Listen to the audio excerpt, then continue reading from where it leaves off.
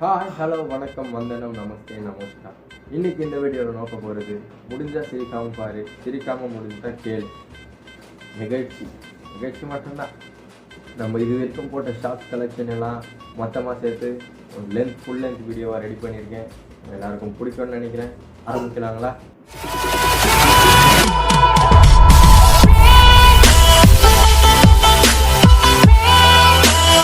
ராதா, உன் புருஷன் மந்திரியாக இருந்தாலும் ஏன் இன்னும் பாயில் படுக்கிறாரு? கீதா, அவர் காலையில் எந்திரிச்சதும் எதையாவது சுருட்டணும். ரெண்டாவது, ஏங்க சனி பயிற்சிக்கும் குரு பயிற்சிக்கும் என்ன வித்தியாசம்? கணவன், நீ ஊருக்கு போனால் அது சனி பயிற்சி, அதுவே நீ உன் தங்கச்சியோட திரும்பி வந்தா அது குரு பயிற்சி.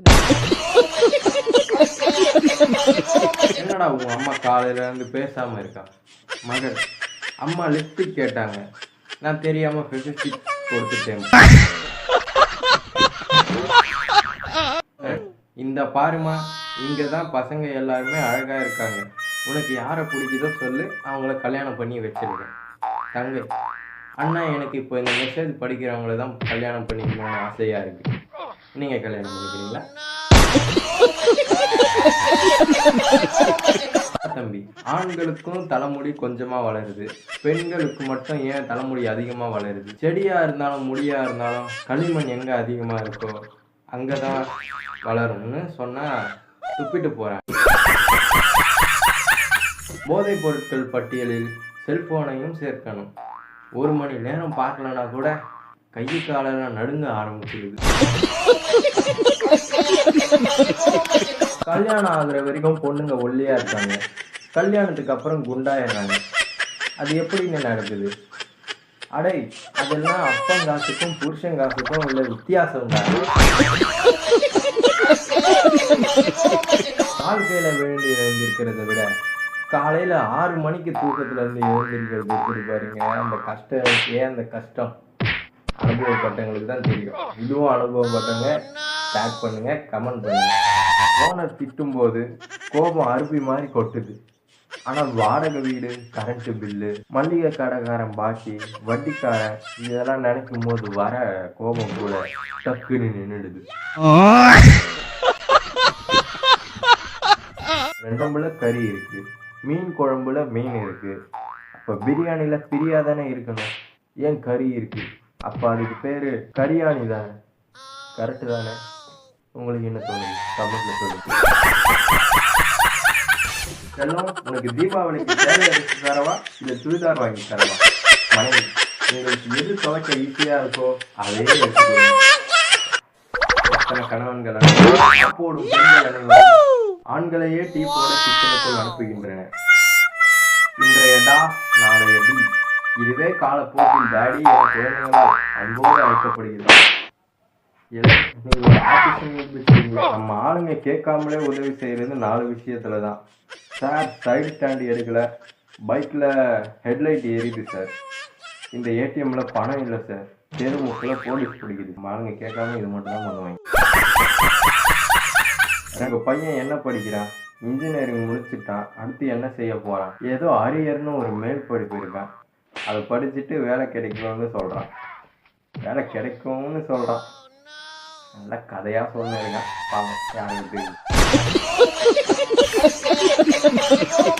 உடம்பு சரியில்லாம நடந்து வரும்போது என்ன மச்சு உடம்பு சரியில்லையான்னு கேட்கிறவன் நண்பன், இன்னும் போதை தெளிடா மச்சு என்று கேட்கிறவன் உயிர் நண்பன். சரியா? எவன் ஒருவனால் ஒரு விஷயத்தை மற்றவர்களுக்கு புரிய வைக்க முடியவில்லையோ அவன் ஒரு முட்டாள் மாணவன். புரியல சார்.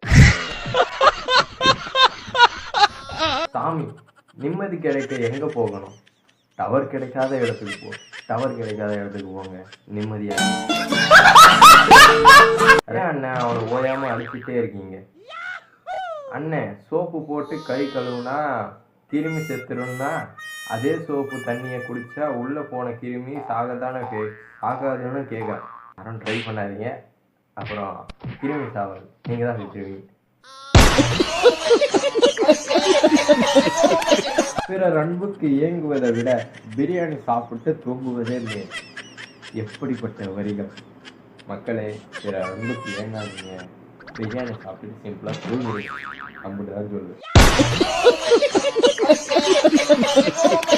பாடநூலுக்கும் வாட்ஸ்அப்புக்கும் என்ன வித்தியாசம் சொல்லுங்க. சிவன், உங்களை படிக்க வச்சா அது பாடநூல், நீங்களே படிச்சா அது வாட்ஸ்அப். தருமி, இல்லப்பா, மார்க் எடுக்கிறதுக்காக படிக்கிறது பாடநூல், அந்த மார்க்கே நம்மளை படிக்க வைக்கிறது வாட்ஸ்அப். டேய் தம்பி, ஜல்லிக்கட்டை விட வீரமான அபாயகரமான விளையாட்டு ஒன்று இருக்கு, சொல்லவா? சொல்லுங்கண்ணே. தாலிக்கட்டு. தாலிக்கட்டுங்க மக்களே, ஜல்லிக்கட்டை விட அபாயகரமான விளையாட்டு. ஏனே இப்படி வரீங்க? அது ஒண்ணும் இல்லடா, இன்னைக்கு என் பொண்டாட்டியோட பிறந்த நாள், கிஃப்ட் எங்கன்னு கேட்டேன். பெரிய கிஃப்ட்னு சொன்னேன், அதுக்கு ஏன்னா சட்டை கிழிஞ்சிருக்கு, கிஃப்டை பிரித்து பார்த்துட்டா. கணவன், ஊரெங்கும் ஒரே காய்ச்சலா இருக்கு, குடிக்க வெந்நீர் கொடு. மனைவி, ஏங்க இப்படி பயப்படுறீங்க? மூளை காய்ச்சல் தான் பரவுது, அது எப்படி உங்களுக்கு புரியாம? மூளையே இல்லைன்னு சொல்லிட்டாங்க. கணவன், அடியே, உன் காதலனா பார்க்க பிச்சைக்காரன் மாதிரி இருக்கான். மனைவி, சனியனே, குடிச்சிட்டு கண்ணாடி முன்னாடி நிற்காம போய் படி. மக்களே, கண்ணாடி முன்னாடி நின்று அவனையே பிச்சைக்காரன்ட்டான்.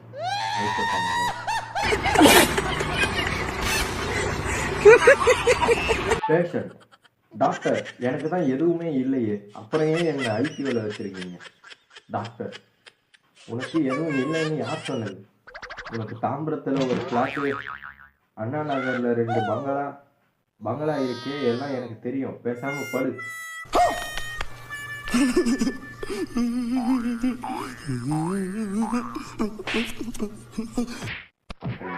டாக்டர் கிட்ட போகும்போது உஷாரா, நம்மளை விட அவங்களுக்கு தான் நம்ம கிட்ட என்ன இருக்குன்னு தெரியும். ஆப்ரேஷன் தியேட்டர்ல இருந்து ஏன் ஓடி வந்தீங்க?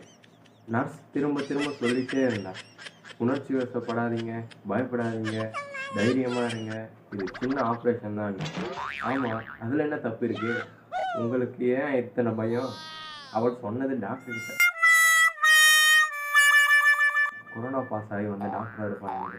அப்பாவி ஆண்களை எப்போதும் கேள்வி கேட்டு டீச் செய்வதால் பெண்களை லேடிஸ் எனவும், அப்பவும் கூட அன்புடன் அமைதியான திருக்குறள் என் மனநிலையில் அதை எதிர்கொள்வதால் ஆண்களை ஜென்ஸ் எனவும் அழைக்கப்படுகின்றன. ஏண்டா, சந்தோஷமா தானே இருக்கு, அப்புறம் ஏன் சோகமா ஸ்டேட்டஸ் வைக்கிற? என் சொந்தக்காரங்க எல்லாம் சந்தோஷமா இருக்கணும்டா.